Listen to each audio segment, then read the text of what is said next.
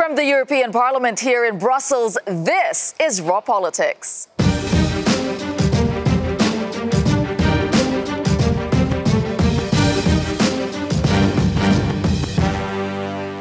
Thank you for joining us tonight, and this is what we have for you on the menu. Get up, what a new political movement means for old party lines. Let the race begin, the front runners for Europe's top job. Banning Bannon, two publications, two different POVs. Inside Sweden's mystery illness, the politics of migrant kids with resignation syndrome. And what Nigel Farage has to say about Euroscepticism, the far right, and Jean-Claude Juncker's legacy.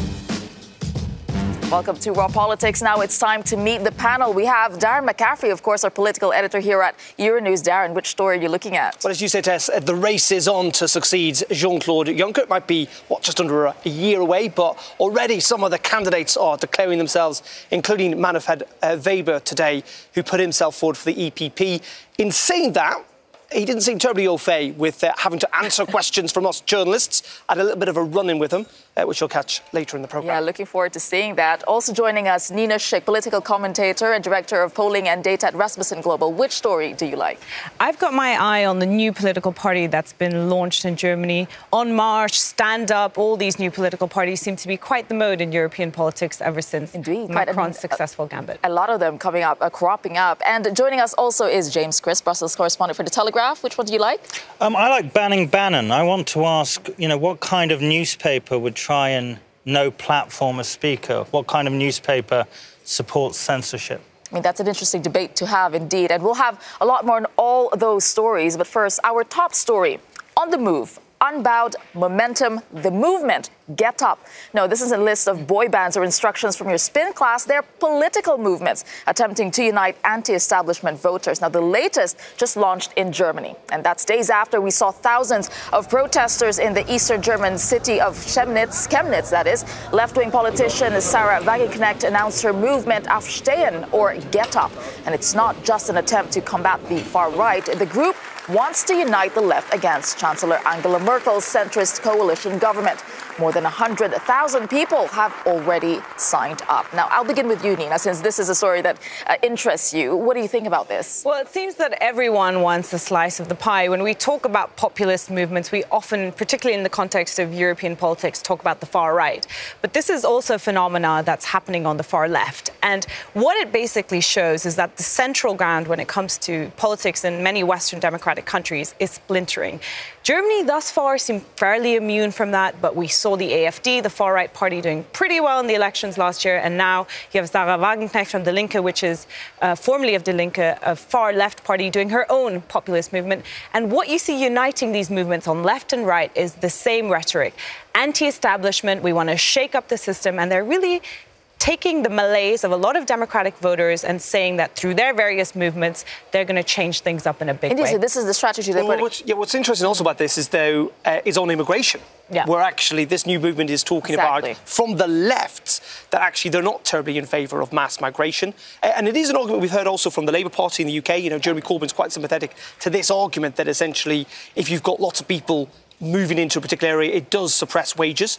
And it's interesting, is this an attempt by the left to try and drag some of that popular support away from the right by addressing those concerns that clearly lots of voters in Europe have? And it's quite interesting. Indeed. I mean, is it even that bad a thing? I mean, I remember talking endlessly about how little people were engaged in politics, how little people cared, how boring it was during these sort of the centrist years. And now people are getting involved in politics. OK, they're saying some unpalatable things, but at least people are actually getting involved. Isn't that democracy? Before we just get on this, I think we have to hear from Sarah Wagenknecht herself. Let's listen to what she had said recently. Was wir in Deutschland erleben, ist eine handfeste Krise der Demokratie. Es gibt ganz viele Menschen, die sich von den Politikern, von den Regierungen, von der Politik nicht mehr vertreten fühlen, die sich im Stich gelassen fühlen, die sich abwenden. Crisis of democracy. I think this is what you were already bringing up, the why. Why is this happening? Selina. Well, Rasmussen, we did a global study, and what we found is that most citizens living in democracies feel that their government does not represent their views. And you see this all over the democratic world where people feel that their government does not represent them. Now, what's interesting about these populist movements is that they often say that they're going to change things up, but that doesn't necessarily consistently follow through with their policy. So I think you have to hold politicians to account when they say they're going to change things up, but that isn't consistent with the actual reality. Just to put this into context, it is happening across Europe. So let's bring up some of those movements that are becoming popular in different countries. So we have Momentum in the UK, Diem 25, a pan-European movement started by the former Greek politician Yanis Varoufakis. There it is. We're looking at these different movements in Europe. En Marche in France, Volt, another pan-European one, and on the right, of course, Steve Bannon's The Movement. A lot of movement. ACT. It's about acting. Yeah, and I think it is. It's an expression of that frustration, that the kind of duopoly of politics that we've seen in many, many countries is simply not representing people. Now, you may well see that as we've become a lot more individualistic over the last kind of 40, 50 years, as people's belief and trust in authority and in institutions has diminished, of course, that is going to be reflected in politics as well. Maybe why people feel that actually the major parties aren't representing them. But in saying that, it's not a broad story across all of Europe. Like, again, you look at the UK, and actually at the last election, Labour and the Conservatives combined achieved well over 70% of the vote. That was the first time that had happened since the 1970s. So it's not a uniform picture, but clearly there is a fragmentation. Another point, I just want to bring up this crossing party lines. Now, is it becoming something of like identity politics rather than, oh, I'm on the left, I'm on the right? It's about issues? I think you just see an increasing polarization when it comes to political discourse. So even though the Labour and the Conservative Party did far better than they have done in decades in the last general election, if you look at who's hijacked the Labour movement on the kind of far left wing and on the Conservative Party, the far right wing, you see an increasing echo chamber when it comes to political discourse. And I think that is the trend that we're going to be seeing in Western democracies in the years to come. That's not necessarily a bad thing, but I think certainly there'll be less room for central compromise and more polarization. And quickly, James, I'll let you get a word in. I mean, I'd just say that, the fact that the political system is fragmenting and there are more movements coming up, I wouldn't say that's necessarily a sign that the system is broken. Could say it's a sign that the system is getting better. Winston Churchill will agree. He once famously said that the greatest argument against democracy was spending 5 minutes with the average British voter. So, and just on that point, the making of people moving, polarizing, moving to the ends. Here, you have the European People's Party, which is the biggest party here at the European Parliament. They've opened nominations up for the top job, the EU Commission, and one of those names is Mr. Weber. He's the party leader. So, Darren, you've had a run-in with him today, and he is the epitome of being the centrist, in the center of politics. Let's have a look at what Darren had today with him. Mr. Weber? Mr. Weber? You have the support of the CSU, but do you have the support of Mrs. Merkel as well? Surely a part of accountability, Mr. Weber, is taking some questions from the media. Can just ask you a question about what is... No question, we agreed. Well, part of this should be... Why not? We have agreed. We do one statement now in German, and we did one in English. No, can we just ask you, Mr. Weber? We do you say you want a different Europe. Part of this must be accountability, surely. Okay, dann darf ich jetzt darum bitten, dass this must be a part of accountability. What would you like to see? What is wrong with the current system that you want to change? A normal procedure, okay? Yes, we can just have a press conference and not have any questions. We are serious partners, and let's now do this with me, okay? Well, can we talk to you afterwards then? Do you promise? Herr Preis, bitte. You said that Europe needs to change. You say that the Commission... Does that mean that the Commission, as it is, needs to change? And if so, what's wrong with the current Commission? Why are they not connecting with the people of Europe? Today's European Union is not connected to the people in the European Union. People see Brussels mainly as a bureaucratic level, as an elite level. And I want to change this. I want to make clear that elected members of a parliament have the decisive vote about the question in which direction this continent will go. I want to practice simply democracy, parliamentarism. That is my idea, that is what I stand for, and that is what I will fight for. Will you be answering a few questions if you're the Commissioner? You can send me... Let's do so. What did you comment? There are too many Germans in top posts already. So, Darren, take us to that moment with Manfred Weber. Well, the reason that all came apart, essentially, is because we were called to a press conference in which he announced his candidacy to become the EPP candidate to take over from Jean-Claude Juncker, the Commission President. But it simply, we were told at the start, was just a statement, even though there were quite a few journalists gathered there. And in that sense, it goes against what he's talking about. he's just said in the answer to my question that I actually managed to get in the end, that there is this perception of an elite, a disconnect.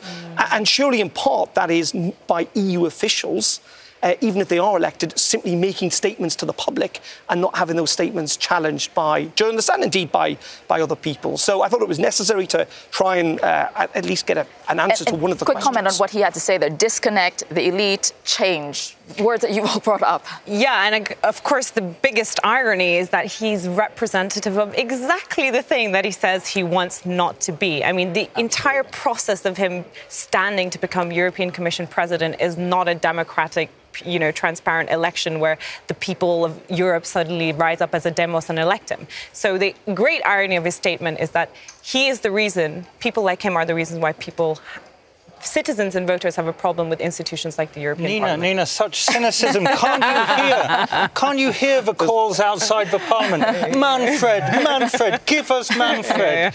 They're soon to be the newly crowned king. He won't be president of the European Commission. And there's a couple of reasons why. One, he's German. And two, he doesn't speak French. It isn't going to happen. It's a waste of time. There is and also we're going to have to see what happens at the election, of course, because with the fragmentation of politics that we've just been talking about, it is possible that the populists may well unite against the EPP. But one of the questions he didn't answer today is, do these institutions, does Europe need another German in charge? I don't know. But what kind of message that will send? What's interesting on the populism is that he has begun to sort of echo some of the Orban-style messaging on immigration. He talks about protecting Europe's Christian heritage. Is there no centre? I mean, Darren, you raised this in our previous debate. Is there no centre anymore? Well, there is a centre, but the whole point is the centre shifts. Okay. And in essence, there is a centre ground. It's just that at the moment, you could say in lots of parts of Europe, it's slightly shifted to the right. I think it's really interesting. Look at the burqa debate, for example. That is kind of relatively mainstream in parts of Europe, that banning the burqa is a sensible place to go. You look at the United Kingdom, actually, and up until recently, even when Nigel Farage, who's on this programme later on, when he was in charge of UKIP, they were not in favour of banning the burqa. It was viewed by UKIP as too right-wing. Right. That wouldn't be the case in France. So different places have different centres. The centre still exists. It just moves. All right. Well, let's leave that discussion there for now. Thank you very much to our panellists. And let's move on. Now, if you've ever visited the EU quarters here in Brussels, you'll know that you can bump into some very interesting people. And that's the driving force behind this new feature, What Are You Doing Here?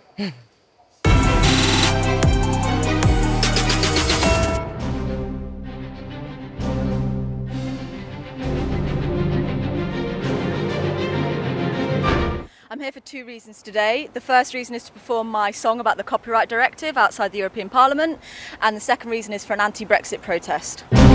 People like to see superheroes out on the streets. Some of them aren't in favour of stopping Brexit, but we try and have a conversation with them.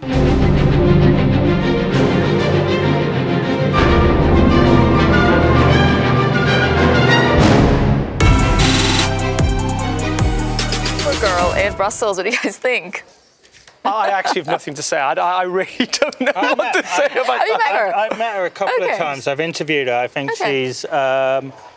she's great. Why not? Why not? She goes around with her sidekick, who's called Faux Bojo, who's a Boris Johnson impersonator. Does she? All right. Makes Brussels interesting. All right. So let's move on. How's this for role reversal? Russia has now issued a warning. Google, not to interfere in its upcoming elections. Alex Morgan in the Cube has more on this. Our social media news says, Alex, what is this? It's reversing. A reversal of roles. Well, strong words from the Russians to Google. This is a post on the Russian embassy in the US's Twitter feed saying that Google must not host content which, in their words, promotes discord and therefore is meddling in the upcoming regional elections throughout Russia and in Moscow. There's also a very long Facebook statement, as you can see here. I won't read it line by line, but basically, let me break this down for you. What is this all about? It's all to do with Alexei Navalny. He is a leading opposition figure, a long-time Kremlin critic. Currently, he's serving 30 days in prison, a 30-day sentence for public order offences earlier in the year. Well, in these videos on YouTube, he is talking about protests to be held this weekend against pension reforms, the same time as the elections are taking place. Those videos are hosted on YouTube. YouTube is owned by Google. The Russians therefore claim Google is hosting content that is promoting people committing an offence and therefore is meddling. So there's a bit of a chain to follow through there. Needless to say, Navalny's allies have utterly rejected the claims by the Russian authorities, including Mr. Volkov here saying this isn't illegal to protest during elections. And he's saying here YouTube is one of the only sites that is hosting videos that has people talking about these protests. He's saying in his claiming here that other commercial Russian operations are, if you like, bowing to pressure and not showing the videos. Then there's other people elsewhere, like Rick Hasen here. He is a professor of law saying, well, that's rich coming from Russia. Let's not forget that, of course, there is a US investigation into alleged Russian interference in the 2016 election. But strong words from Russia to Google, Tessa. Very interesting. Thank you very much for that, Alex and our CUBE team. And we have a lot more coming up on the program. Days before Swedish voters cast their ballots, we look at the politics of a mystery illness that's striking the children of migrants. Plus, what Nigel Farage really thinks of Angela Merkel and Emmanuel Macron. Public houses. Said that no deal would not be a walk in the park, but it wouldn't be the end of the world. The government is right.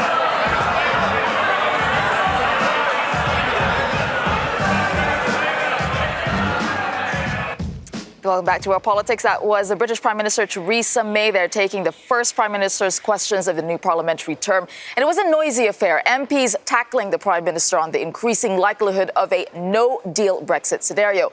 But Mrs May landed some blows of her own against opposition leader Jeremy Corbyn. Let's cross now to our UK correspondent Vincent McAviney joining me from Westminster. Vincent, tell us what are your major takeaways from today's PMQs. Good afternoon, Tessa. Well, this was the first PMQs after that long summer recess, and it really did cover lots of areas. Jeremy Corbyn went in on the attack over Brexit, reiterating the Trade Secretary's words to Theresa May that he thought it was 60-40 on not getting a deal by that deadline next year. Now, Theresa May easily parried this, saying that she was still working on her Chequers plan, and she challenged Jeremy Corbyn to promise that he wasn't going to back a second referendum. Now, she said there was no way that she'd be doing one. When Jeremy Corbyn ignored that challenge, she said it again, and again he dodged it, which is a sign that he may be contemplating calling that later on this month at his party conference. A number of unions are now calling for that to happen, so we'll see over the next couple of weeks the momentum building behind that. Now, Jeremy Corbyn was also under attack from Theresa May on anti-Semitism. This is after the party yesterday adopted in full that international definition of anti-Semitism, but Jeremy Corbyn, it's reported, tried to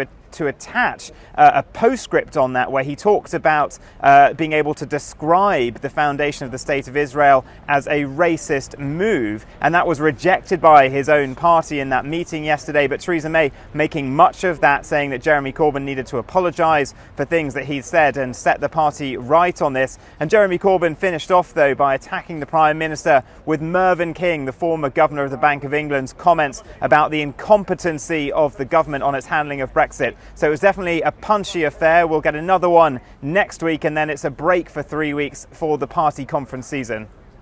So what a back-to-school PMQ. Thank you for that. To Vincent McAviney, our correspondent, there reporting from London. And although Brexit won't be a walk in the park for the British government, other UK politicians might have plenty of time for leisurely strolls. I caught up with Nigel Farage at the end of the summer break to hear what he's planning post-Brexit. And here's what he had to say. Thank you very much for joining us today. I think I'd like to start with, what are you doing here? Isn't your life's mission over? The Brexit has happened. Well, no, I'm still an MEP, number one, so I should be here until the 29th of March at midnight, when I'll be given a bag with all my possessions in, thrown out into the street, and my key to get back in won't work, provided we leave. But I'm also still leader of a group. So I've got Eurosceptics from a whole number of countries here. And, you know, my mission isn't just to get the UK out of the European Union, it's to get Europe out of the European Union. I want to live and be part of a Europe of independent sovereign states. Let's be friends, let's be neighbours. But frankly, I believe what's been built up within Brussels is against the interest of all of those countries. So I'm going to go on fighting, whether I'm an MEP or not. Do you feel like you are bringing it down from within?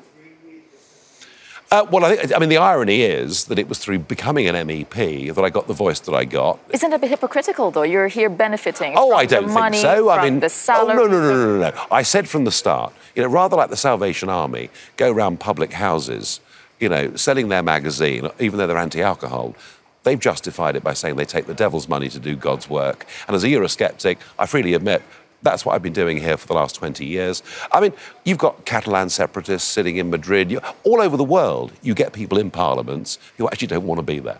Look, your guess is as good as mine when we have economists predicting what is going to happen down the road. Now, if you turn out to be wrong, are you willing to go out to the public and apologise? Well, I'll tell you what, I was right about the exchange rate mechanism against all the experts back in the 1990s. I was right about the euro. Thank goodness we didn't join the euro. And many of the experts were wrong, who said the City of London would close down, manufacturing would leave, and it didn't. We've done very, very well since the turn of the century. This is not going to be wrong.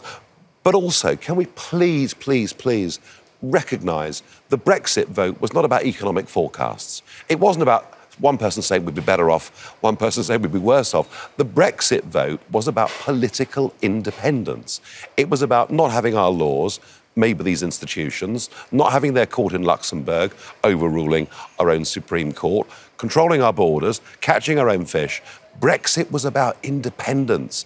And the great con here is for 50 years, the political class have sold this to us as somehow it's all about economics. We were told it was a common market, it became a political union, and frankly, they can try and scare us as much as they like. It's cry wolf. We're just not listening anymore. That kind of rhetoric, let's say, it's a bit, it's nationalistic, you could say.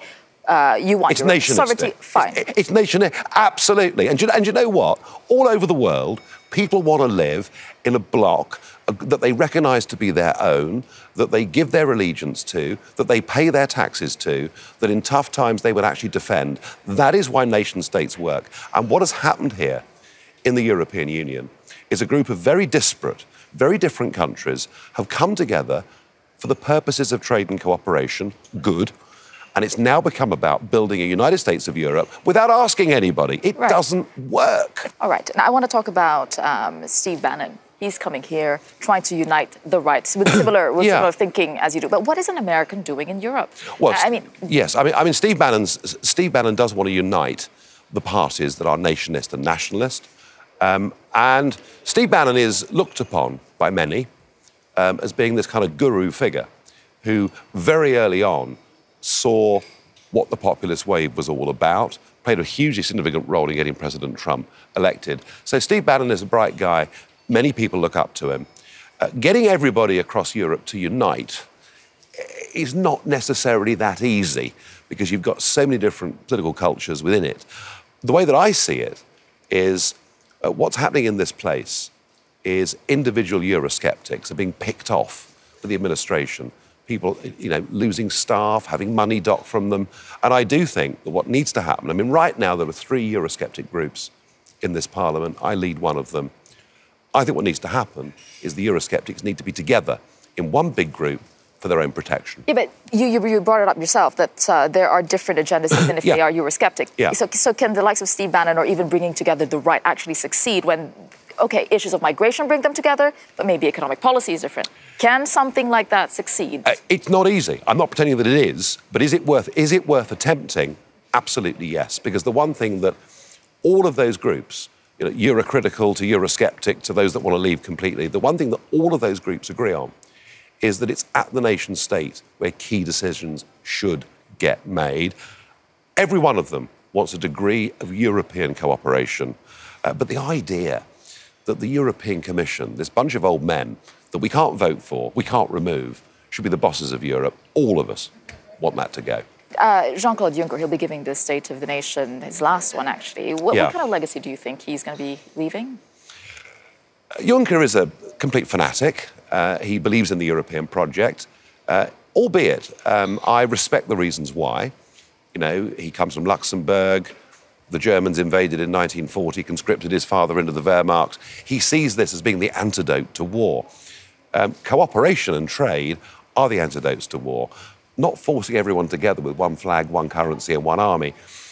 I think Juncker's legacy will be that he presided over a European Union that saw Brexit, a European Union that saw, in Germany of all countries, a big sceptical voice in the shape of the AfD emerging, and a Europe that saw in Italy a government that was outright hostile. So for Juncker, it's been a period of profound failure. I spoke to Yanis Varoufakis recently, and he said, we are in this post-1930s era where it's very dangerous. We're moving into a pre-World War II era. What do you think about what he said, that we have to beat nationalism, we have to beat the likes of Steve Bannon, the likes of you, actually? He's completely missing the point, isn't he? Why in his own country, why in Greece, have a neo-Nazi party like Golden Dawn gone and become the third biggest party? Do you know why? Because the rights of ordinary voters have been taken away by the European project. In fact, in their case, the International Monetary Fund, the European Central Bank, took control of their whole system, dictated what people's pensions can be, dictated what could be spent on schools and hospitals. When you take away from people their basic freedoms, don't be surprised if they move towards extremism or even violence. Look at Germany. Look at these riots that have been happening over the course of the last month or so, and frankly, much of what is being said there is very ugly, but it's happening because irresponsible governments, in the name of the European Union, have pursued immigration policies that people find unacceptable. So I'd say to Varoufakis, actually, extremism is being caused by European policies, and actually, national government, democratic accountability, handled sensibly, is the antidote. I would like to play a quick word game with you. I will raise some names, and the first thing that comes to mind, tell me what they are. All right, let's start with Boris Johnson. Messy hair, good fun. Tony Blair. Iraq. Okay. Jeremy Hunt. I don't know what he believes. No words. Dominic Raab. I think he's a good guy. Jeremy Corbyn. Dangerous. Okay, moving on to Europe. Angela Merkel. Failed. Emmanuel Macron. Failing. Jean-Claude Juncker. Fun. Yanis Varoufakis. Entertaining. Steve Bannon. Clever. Nigel Farage. Oh, you can't ask me to pronounce on myself. Sure I can. Businessman. All right. Thank you for joining us today, Nigel Farage. Thank you for your time. Thank you. Well, we're back with our panel here on Raw Politics. You were reacting while he was talking. Who has got the strongest reaction here to that? I mean, Nigel, good old Nigel, he's definitely milking his 15 minutes of fame there. Although undeniably he's played a hugely important role with UKIP and what happened in the UK vis-a-vis Brexit. I mean, in some regards, he's kind of the most successful, unsuccessful politician. Sure. How many times has he tried to be elected? I think 7 or 8 times trying to become an MP. The reason he's still here is because he's never been able to get into Parliament in Westminster. Exactly. And of course, after Donald Trump was elected, he was immediately over in the US proclaiming that he was the start of this revolution. So one thing that I found really interesting in that interview, when you talked about Steve Bannon and Steve Bannon's efforts to unite the right, Nigel immediately was like, well, that's not going to be easy, whilst in the same breath talking about how he was going to do it. I find it really annoying when you talk about the rise of Euroscepticism and anti-EU parties, how particularly politicians like Nigel Farage like to use it to vindicate their particular brand of Euroscepticism, as though this is some united movement which he's spearheading. That's what all politicians do at any given sort of, I mean, it's nonsense. I think, he's very good at his job, isn't he? Sure. I mean, he basically gave you the greatest hits there. It was like seeing a sort of a besuited Bruce Springsteen stand up and please the crowd over and over again, which we heard before. Is there not a slight irony in that they're trying to unite Eurosceptics across Europe? I mean, that's kind of not the point in some regards. All right, in saying that, I mean, the question is, what does he do next? Because he is kind of off the stage. He wants to reappear. Like any politician, believe me, I've followed this man for a very long time. He's got a big ego. Suggestions he's going to run for Mayor of London, not going to happen. He would never win. And someone else who does want to appear, get back into politics, let's say. Now it's time for a power play. We're going to be talking about Steve Bannon. It's all about a battle between two publications on two sides of the Atlantic over Steve Bannon, this man. Let's take a look. It all began on Monday. Steve Bannon was announced as a headline guest at the 19th annual New Yorker Festival. What followed was a fierce backlash and even ultimatums. Actor Jim Carrey vowed not to appear alongside the right-wing leader and former Trump strategist. Amid mounting pressure, the magazine dropped Bannon. But across the Atlantic, another publication, a different stance. The Economist had also booked Bannon to appear at a festival later this month. It's also received some backlash, but the magazine is holding firm. Its editor saying despite the publication's opposition to Steve Bannon's politics, ideas are best tested in open debate. James, you had something to say about this earlier. What do you think? Yeah, The Economist is absolutely right. Despite looking like a magazine and feeling like a magazine, it's actually behaved like a newspaper. In stark contrast to The New Yorker, which has given in to censorship, mealy-mouthed, pathetic whining. I mean, look, what's the point in having any kind of discussion or debate if you're going to shut down the debate with, one, a newsworthy man, Steve Bannon? Look, I personally think he's a violently physically unattractive man, and his politics are revolting. I mean, so, but where do you draw the line? Yeah, exactly. But that doesn't mean he hasn't been influential. So where do you draw the line between engaging with an opposite opinion and giving a platform where it shouldn't be given? Is there such a thing?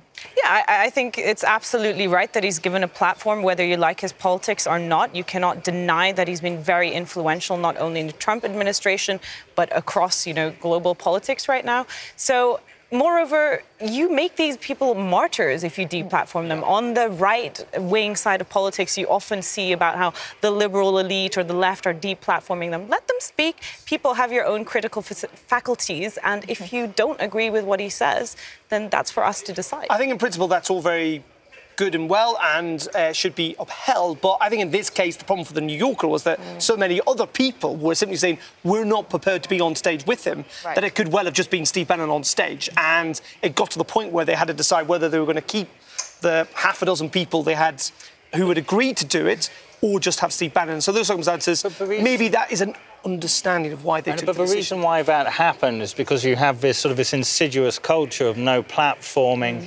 You have people saying at some American universities, now some British universities, oh, no, we're not going to allow this person to speak. And so you get into this situation where people think that that's OK. Actually, if you put someone like a Steve Bannon or like a Nick Griffin from a BNP, and many years ago he was put on a major British news debating programme, he was humiliated. And rightly so. Well, but the question, though, in those circumstances, particularly in somewhere like university, where, lots of these people are raising the prospect of hate against particular sections of society who may well be at that university, it's quite difficult. That's quite difficult if you are a young Muslim at a university or a young gay person at a university and these people are allowed to come and essentially attack who you are in front of your other students. Don't go. 10 seconds, I'll give you the last word. I think there has to be a distinction between hate speech and free speech. Sure. Nonetheless, I think deplatforming actually increases the martyrdom effect on people like Steve Bannon. All right. Yeah. All right. Now, while we're debating this subject, it seems a good time to restate where we stand here on Raw Politics. We welcome all voices and all views, unapologetically impartial. That's us. All right. After the break, we head to Sweden to meet the family of a young girl suffering from so-called resignation syndrome. That's a mystery condition striking the children of migrants and asylum seekers. We'll be right back. I don't know.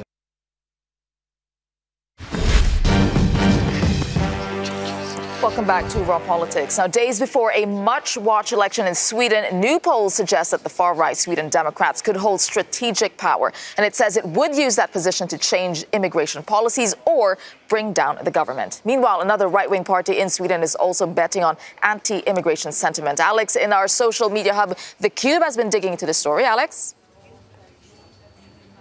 Tessa, it's the Alternative for Sweden party that people are talking about. And these images from an extraordinary meeting between Mikael Jansson, who is an MP for the Alternative for Sweden, and Syrian government forces. This meeting taking place in Syria. Now, the purpose of the meeting was to discuss sending back Syrian refugees in Sweden to Syria. Now, that is a controversial suggestion, and a vast number of people who have come to Sweden in recent years during the migration crisis have been Syrians fleeing that deadly civil war. Well, the whole visit was documented by Syrian government media, and they released a whole news report. I can just bring this up for you. Also, a press release from the Alternative for Sweden party talking up this meeting, saying it was positive that the Syrian Parliament had requested it, and that it was the duty of the Swedish government to negotiate sending back Syrian refugees to the country. You can see here the whole meeting framed with this large photograph of Assad here. Now, Janssen was also said to have visited areas taken back by Syrian government forces outside of Damascus after years of fighting with opposition forces. He was even said to have donated half a litre of his own blood to a blood bank in Damascus in support of the Syrian government forces. He also met with religious and military officials in the country too, and described the whole Syrian war as one of civilization against terrorists. So very strong words here. But that central principle to send back refugees in Sweden to Syria, that is very controversial. But the party, the Alternative for Sweden party, hoping that will play in their favour at this weekend's election. So, Tessa, it's a very controversial proposal. Will the people of Sweden like it? Well, that's to be seen. All right, thank you for that, Alex and the Cube team. And now, with the migration issue being used as political ammunition in elections across the continent, sometimes the stories of migrants themselves gets lost. The second report in his series on Sweden, our Euronews reporter Stefan de Vries meets some migrant family whose daughter is afflicted with a very unusual condition. It highlights the impact that deportation can have on families' lives.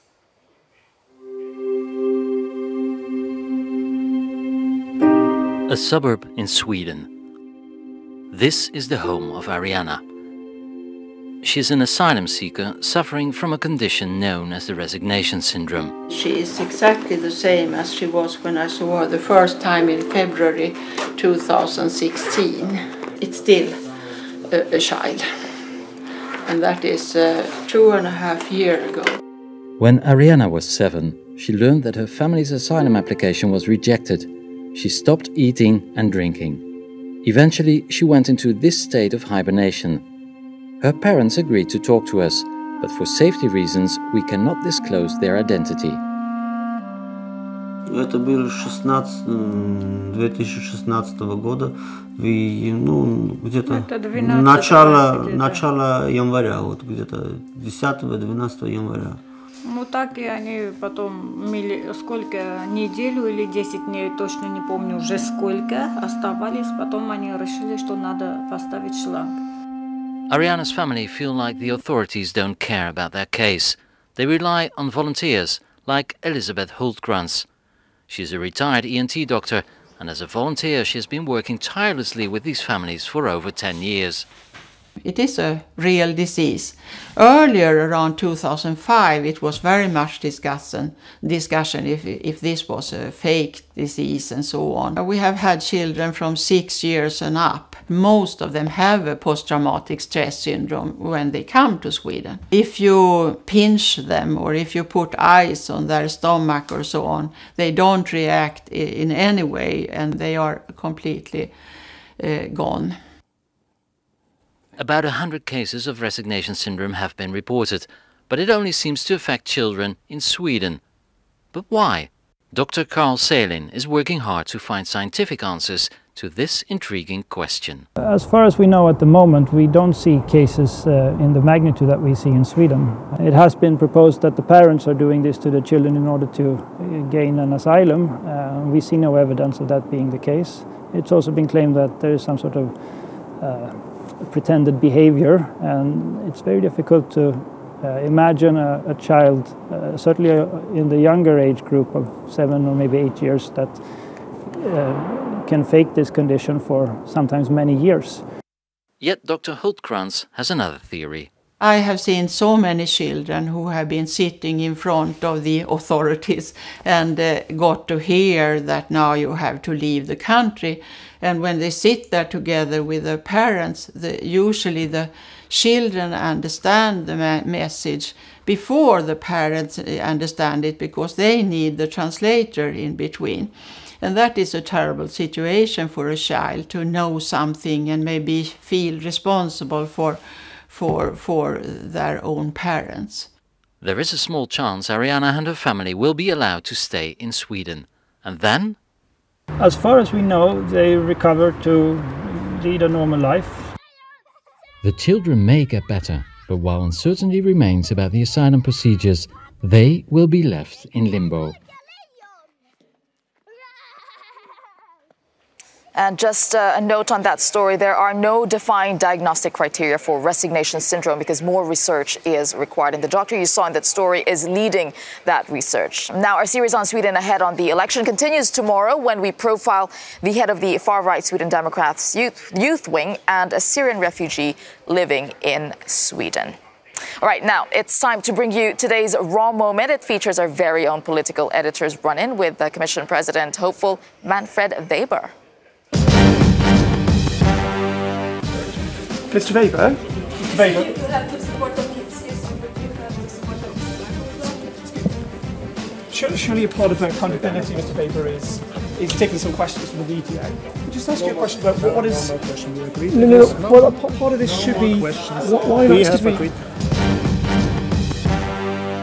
I'll give Nina and James a quick reaction, very quickly, to that video. I mean, it was so good that I was happy to see it twice. Do you mean the Sweden video? No, or this one.